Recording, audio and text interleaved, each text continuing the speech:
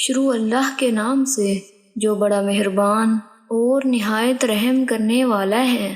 السلام علیکم ورحمۃ اللہ وبرکاتہ۔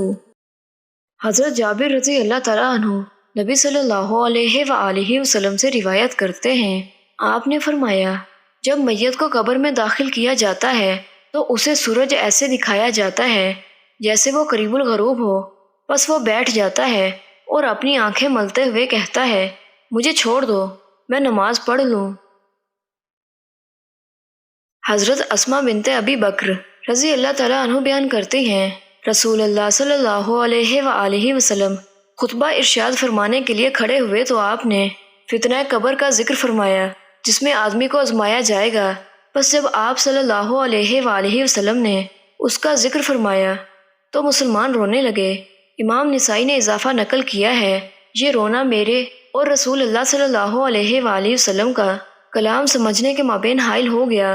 جب ان کا یہ رونا اور شور تھما تو میں نے اپنے پاس والے ایک آدمی سے کہا، اللہ تعالیٰ تمہیں برکت عطا فرمائے۔